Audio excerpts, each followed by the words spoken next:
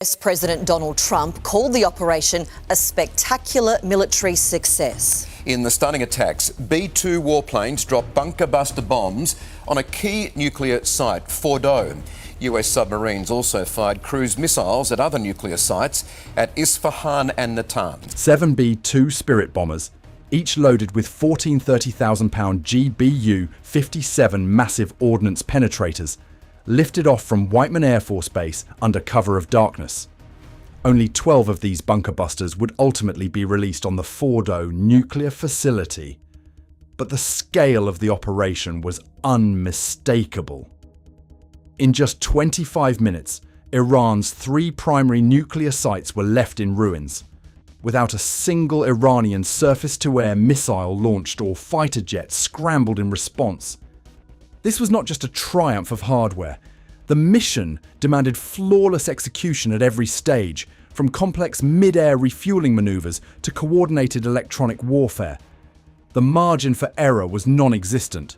How did the United States pull off a strike of such precision and secrecy, leaving adversaries completely blindsided?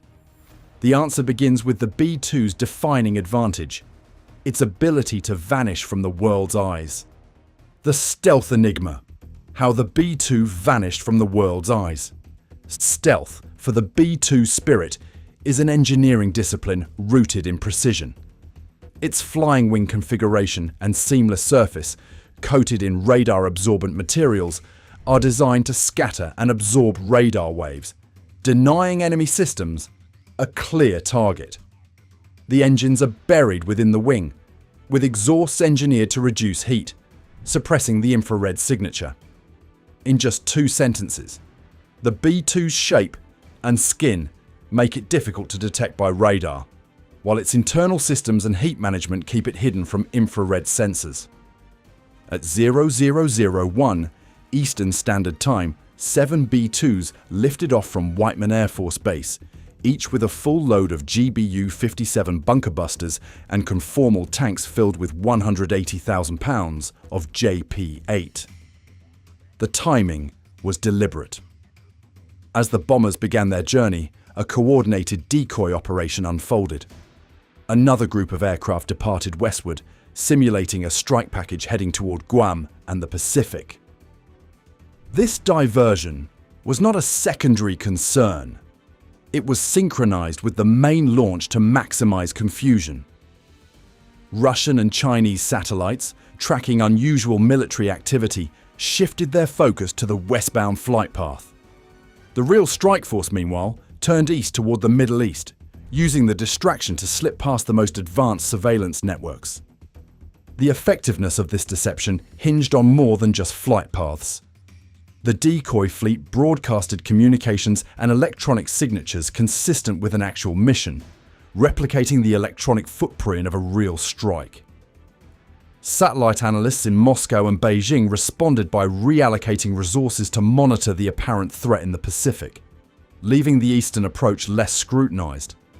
For Iran, this meant keeping air defense radars active longer, increasing the risk of detection by US electronic intelligence and reducing their ability to react with fresh crews or reposition assets.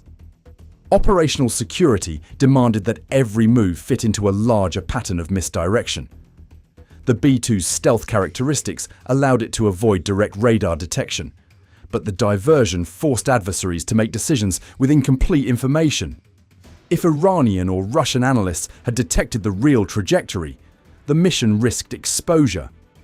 Early discovery could have triggered Iranian air defenses, scrambled interceptors, or led to last-minute fortification of nuclear sites.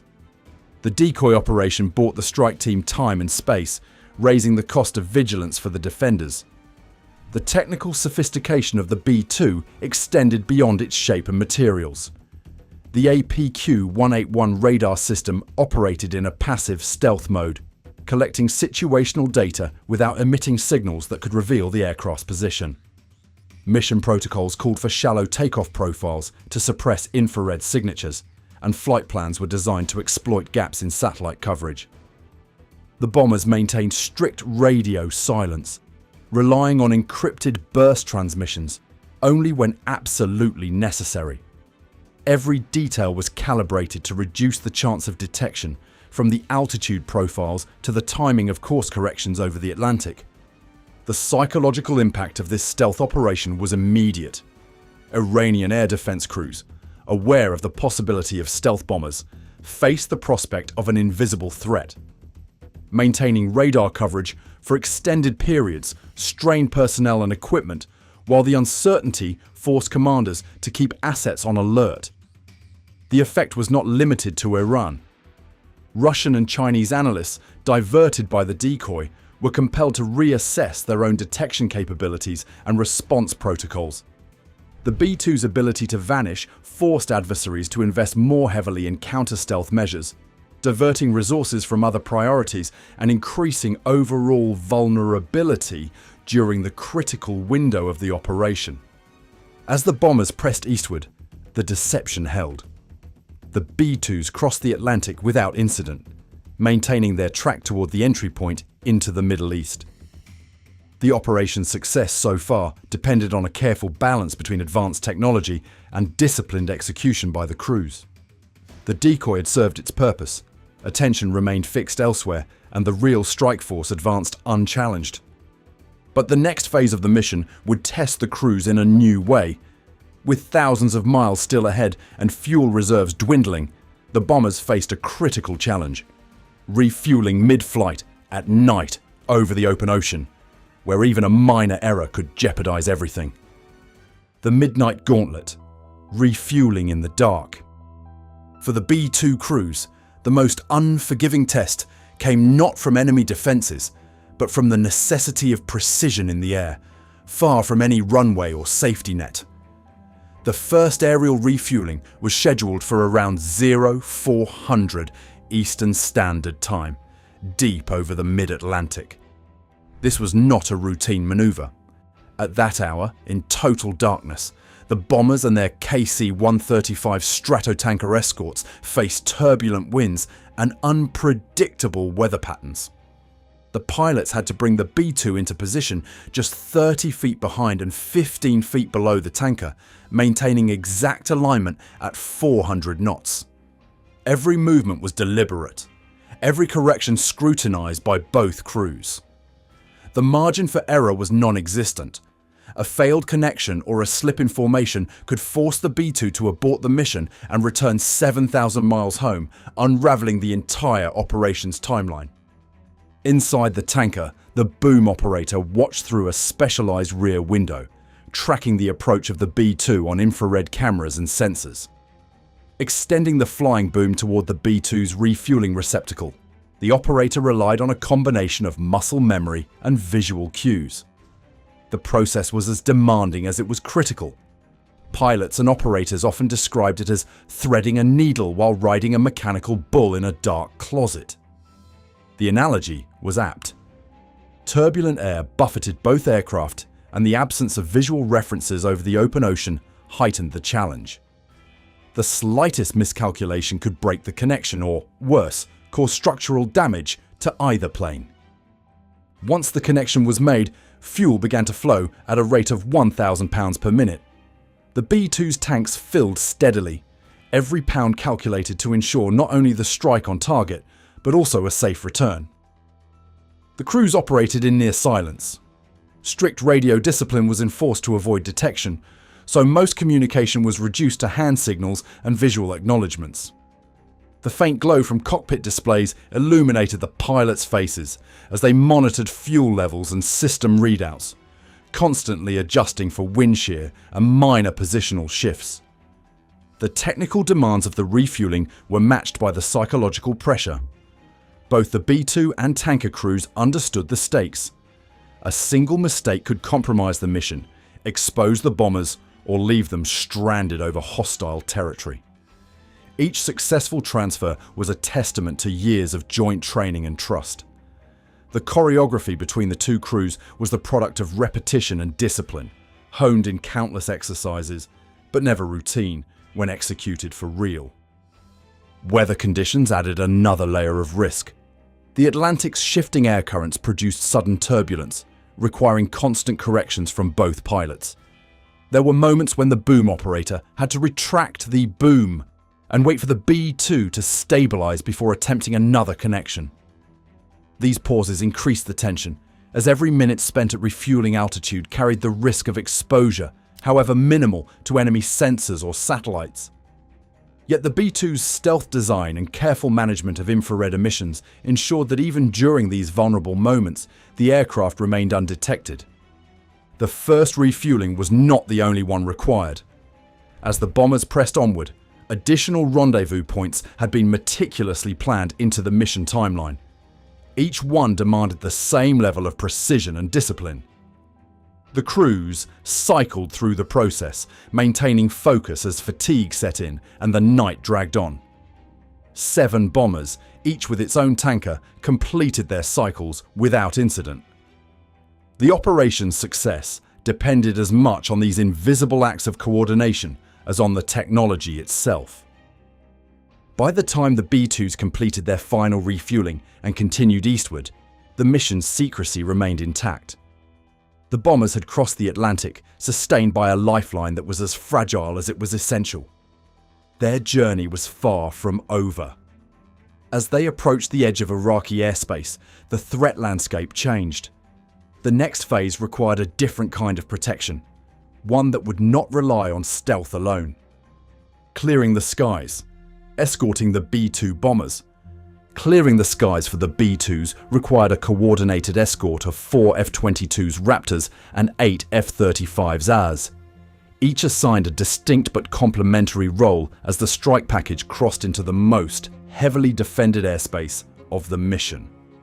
The F-22s operated at high altitude, their primary task to guarantee air superiority and intercept any Iranian fighters that might pose a threat.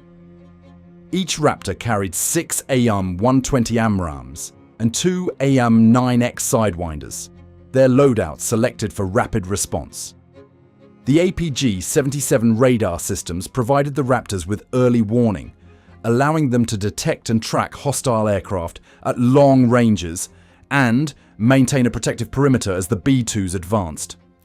The 8 F-35s flew at a lower altitude, leveraging their stealth and advanced electronic warfare capabilities. Their ANASQ-239 suites enabled them to passively monitor Iranian radar emissions and map out ground-based air defenses without alerting enemy operators. By remaining undetected, the F-35s could gather real-time intelligence and identify the locations and activation patterns of Iranian surface-to-air missile sites. This information was transmitted over the Link 16 network, ensuring that the entire strike group had access to up-to-date targeting data as they approached the target zone. The F-35's intelligence gathering was not conducted in isolation. As forward sensors, they relayed precise coordinates and threat assessments to supporting aircraft, including FA-18 Super Hornets and EA-18G Growlers positioned just outside Iranian airspace.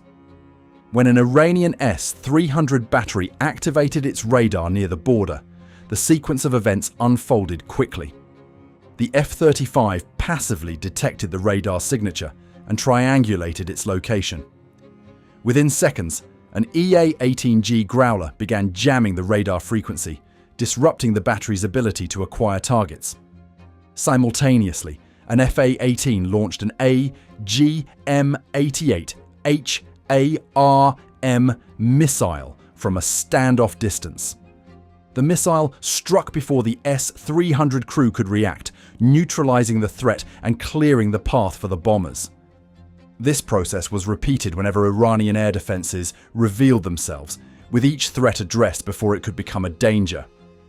Throughout this phase, the escort's effectiveness was measured not by the number of aerial engagements, but by the absence of them.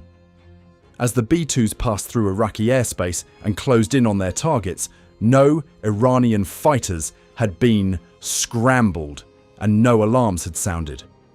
The combined efforts of the F-22s and F-35s ensured that the skies remained uncontested and that the bombers' approach went undetected. The F-22s maintained a vigilant watch for airborne threats, while the F-35s systematically located and helped suppress ground-based defences, creating a secure corridor for the strike package. The integration of stealth, electronic warfare, and real-time data sharing allowed the escort group to dismantle Iran's layered air defense network with precision. The Link 16 system provided continuous situational awareness, enabling rapid coordination between aircraft and minimizing the time between threat detection and neutralization. The airspace over Iran was transformed from a dense web of overlapping SAM coverage into a series of isolated and vulnerable nodes. Each one exposed the moment it attempted to track or engage the strike group. The success of this escort operation was not the result of a single technological advantage, but rather the product of disciplined planning, flawless execution, and seamless cooperation among multiple aircraft types. The B-2s advanced, shielded by a network that adapted in real time to every shift in the enemy's defenses. By the time the bombers reached their release points, the most dangerous threats had already been neutralized, and the route to the primary targets remained open. With the skies secured and the air defenses suppressed, the mission reached its decisive moment. The next actions would determine the outcome of Operation Midnight Hammer, as the B-2s prepared to deliver their payloads with precision and overwhelming force. The final strike, precision and power unleashed. At 1740 Eastern Time, the lead B-2 bomber released its GBU-57 massive ordnance penetrator over the Fordo nuclear facility. The moment the 30,000-pound bomb separated from the aircraft, the pilot felt the airframe shift, while the weapons systems officer confirmed, "Bird away, good separation, GPS lock confirmed." The bomb began its 43-second freefall, guided by GPS to its precise impact point. Upon detonation, the MOP penetrated 180 feet underground, unleashing its 5,300-pound triangle explosive charge and generating a localized 2.3 magnitude tremor. Fordo, engineered with 300 feet of mountain and granite overhead, was built to withstand any conventional strike. The GBU-57 was designed for exactly this challenge, able to punch through layers of reinforced concrete and granite to reach the heart of the facility. Mission planners had calculated the release points so that all 12 MOPs would strike Fordo at carefully staggered intervals, creating overlapping shockwaves. Each detonation further destabilized the underground chambers, amplifying the destructive effect. The shockwaves propagated through the rock and concrete, collapsing structural supports and rendering critical enrichment infrastructure inoperable. By the time the 12th bomb struck, Fordo's underground network was devastated. Walls and equipment reduced to rubble, and the facility's core functions irreparably damaged. Simultaneously, the operation's reach extended beyond Fordo. 2 MOPs were released against the Natanz facility, whose depth and construction required a different strike profile. The adaptability of the mission was evident in the way each target received a tailored approach, maximizing the impact of every weapon deployed. The B-2s maintained strict radio silence throughout, executing their attack runs with only brief encrypted burst transmissions confirming weapon release and target impact. The air campaign's opening move, however, began even earlier. At exactly 1700 Eastern Time, the USS Georgia, a converted Ohio-class submarine, launched 30 Tomahawk Block 5 cruise missiles from the Persian Gulf. These missiles, each carrying a 1,000-pound unitary warhead, were programmed to strike secondary nuclear facilities and supporting infrastructure. The timing was calculated so that the Tomahawks would arrive 30 minutes before the bomber run, overwhelming Iranian air defense operators and creating confusion across the network. Electronic warfare aircraft, including EA-18G Growlers, contributed to the chaos by jamming radar frequencies and generating false targets, further blinding Iranian defenses. The Tomahawk barrage was precise. Each missile was assigned to a specific structure based on years of intelligence, from centrifuge halls to command centers. At 19:05 Eastern Standard Time, the first Tomahawk struck the hexafluoride storage building at the Isfahan facility. The explosion released a toxic aerosol cloud of uranium hexafluoride, making the area uninhabitable and neutralizing Isfahan's role in future enrichment activities. The remaining missiles destroyed additional buildings, systematically dismantling the supporting infrastructure of Iran's nuclear program. Throughout the strike, Iran's air defenses remained silent. No surface-to-air missiles were launched and no fighter jets scrambled. The combination of stealth, electronic warfare and precise timing left Iranian operators unaware until the ordnance was already on target. The operation unfolded in just 25 minutes, with each phase executed according to a tightly synchronized plan. The B-2 bombers, having completed their attack runs, turned west to rendezvous with their tankers, fuel reserves intact and mission parameters met. The final strike demonstrated the integration of advanced technology, detailed planning and disciplined execution. The destruction at Fordo and Isfahan was not only the result of powerful munitions, but also of the ability to deliver them with accuracy and coordination. The absence of any defensive response from Iran underscored the effectiveness of the operation's stealth and electronic warfare components. In less than half an hour, the core of Iran's nuclear infrastructure was dismantled. The events of Operation Midnight Hammer set a new standard for coordinated military action. The scale, speed, and precision of the strike reflected not only technological superiority, but also the depth of preparation and cooperation required to achieve such results without resistance. In just 25 minutes, Operation Midnight Hammer neutralized 3 of Iran's key nuclear sites without a single defensive shot fired. The mission's outcome was the direct result of the integration of stealth, precise mid-air refueling, coordinated escort, and electronic warfare. The B-2 Spirit's undetected penetration, combined with the support of F-22s, F-35s, and electronic attack aircraft, ensured every phase unfolded without resistance or warning. Operation Midnight Hammer demonstrates that mastery of technology and human skill, not just firepower, will define tomorrow's battles. For more breakdowns of complex military operations, subscribe to the channel and share your thoughts on the mission's execution in the comments below.